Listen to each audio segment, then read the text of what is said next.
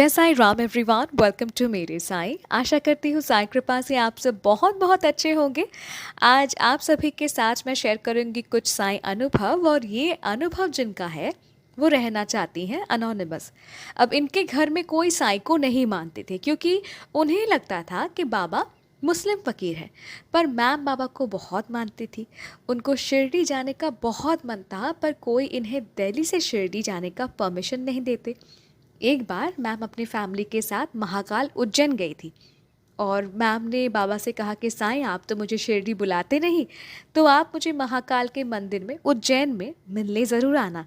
अब सोमवार महाकाल जी का दर्शन करके होटल जब मैम वापस आई, तो मैम ने बाबा से कहा कि बाबा, आप तो मुझे मिलने नहीं आए, मुझे बहुत उम्मीद था, यकीन था कि आप आएंगे।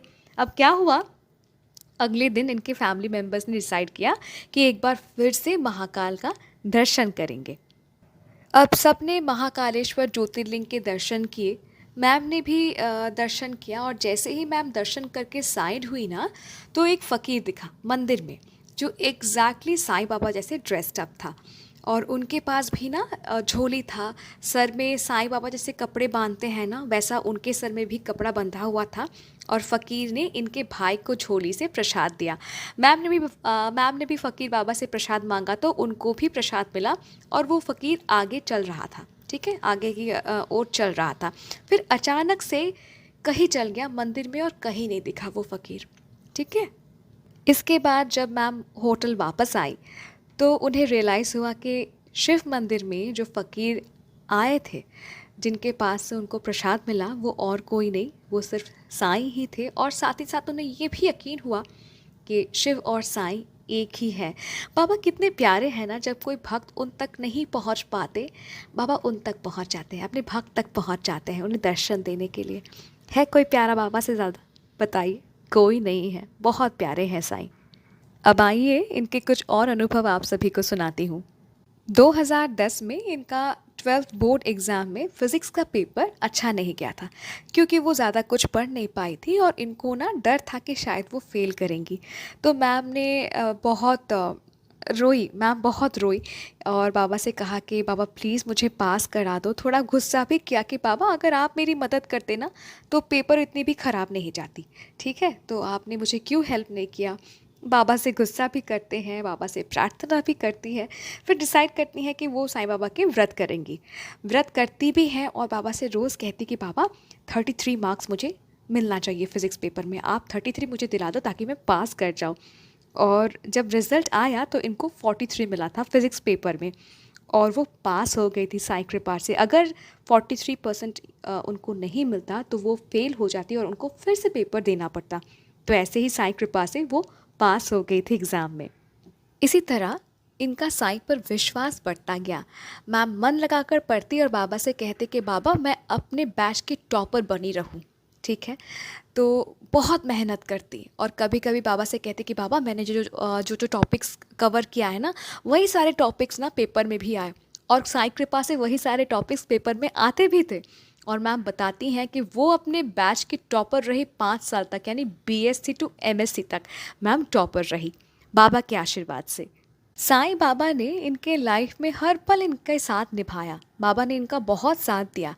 एक बार मैम बताती हैं कि इनकी नानी की कंडीशन बहुत सीरियस हो गई थी, और उनको आईसीयू में रखा गया था, वेंटिलेशन में।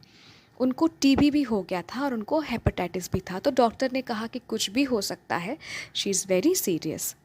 मैम अपने नानी से बहुत प्यार करती हैं, और उनको साईं पे भी ना बहुत विश्वास था, अटूट दृढ़ विश्वास था। तो इनकी नानी कोमा में थी, तो मैम ने डिसाइड किया कि वो नवगुरुवार का व्रत करेंगी, और साईं से विनती करती हैं कि बाबा, आप मेरे नानी को स्वस्थ कर दीजिए। मैम बताती हैं कि फर्स्ट गुरुवार वाले व्रत के दिन उनकी नानी कोमा से बाहर आई, उनको होश आया। और थर्ड गुरुवार व्रत वाले दिन नानी जी हॉस्पिटल से घर वापस आई। तो साईं की कृपा, नव गुरुवार व्रत का महिमा आप देखिए कि कैसे ही फर्स्ट गुरुवार के दिन उनकी नानी को होश आया, और थर्ड गुरुवार तक नानी घर वापस लौट के आई। अब इसके बाद ना फिर से नानी जी के लिवर में पेन होने लगा था, क्योंकि उनको हेपेटाइटिस था। तो डॉक्टर ने कुछ टेस्ट दिया था, और रिपोर्ट में आया था कि लिवर के पास एक सिस्ट है। तो डॉक्टर ने कहा कि ये कैंसरस हो सकता है, तो टेस्ट करना पड़ेगा फर्दर जानने के लिए कि सिस्ट कैंसरस है या नहीं। ये खबर सुन के घर वाले बहुत रोने लगे, सब बहुत टेंस थे। पर मैम ने बड़े विश्वास, श्रद्धा और प्रेम के साथ बाबा से अनुरोध किया कि साईं, रिपोर्ट्स नॉर्मल आना चाहिए। और 3 दिन बाद जब रिपोर्ट्स आए तो वो नॉर्मल था, सिस्ट कैंसरस नहीं था। और आइए आप सबको इनका आखिरी अनुभव सुनाती हूँ। मैम बताती है कि सर को जॉब मिला साईं कृपा से। एक रेप्यूटेड अफ्रीकन कंपनी में सर ने अप्लाई किया था और थर्ड राउंड इंटरव्यू में ऑल ओवर इंडिया से सिर्फ 10 कैंडिडेट्स सिलेक्ट हुए थे, जिसमें सिर्फ 8 कैंडिडेट्स को ही जॉब मिलना था। अब सर के पास कोई मेल नहीं आया, ना ही कोई कॉल आया, क्योंकि 8 कैंडिडेट्स सिलेक्ट हो चुके थे। सर दुखी थे कि उनका सिलेक्शन नहीं हुआ।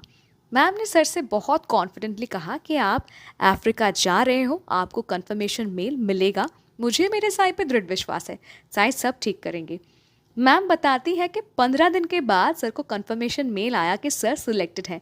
एक्चुअली क्या हुआ था, जो 8 कैंडिडेट सिलेक्टेड थे उनमें से एक कैंडिडेट को कुछ पर्सनल रीजंस के वजह से जॉब ऑफर उन्होंने सिलेक्ट मतलब एक्सेप्ट नहीं किया था, और उनके जगह पे कंपनी ने सर को हायर कर लिया। और इसी तरह सर का साईं के प्रति विश्वास और बढ़ गया। सर को यकीन हो गया कि साईं है तो सब मुमकिन है। सभी साईं भक्तों से मैं यही कहना चाहूँगी कि ऐसा ही कॉन्फिडेंस, ऐसा ही विश्वास रखिए साईं के प्रति कि साईं है तो सब कुछ मुमकिन है। पल झपकते ही साईं चुटकियों में इम्पॉसिबल को भी पॉसिबल कर सकते हैं। ठीक है मैम, बहुत बहुत धन्यवाद इतना प्यारा सा अनुभव हमारे साथ शेयर करने के लिए। और आप सबसे कह रही हूँ, अगर अनुभव अच्छा लगा तो प्लीज़ लाइक कीजिए, कमेंट कीजिए, शेयर कीजिए, सबके साथ साईं महिमा बांटिए, प्रचार कीजिए साईं महिमा। पता नहीं आपके माध्यम से साईं किसी की ज़िंदगी में आना चाहते हैं। और अगर आप भी अपना अनुभव मेरे साथ शेयर करना चाहते हैं तो आप मुझे ईमेल कीजिए, इंस्टाग्राम पे डायरेक्ट मैसेज कीजिए, या फिर मेरे व्हाट्सएप नंबर में भी आप मुझे मैसेज कर सकते हैं। मेरा email ID, Instagram account ID और व्हाट्सएप नंबर तीनों ही डिस्क्रिप्शन पे दिया हुआ है।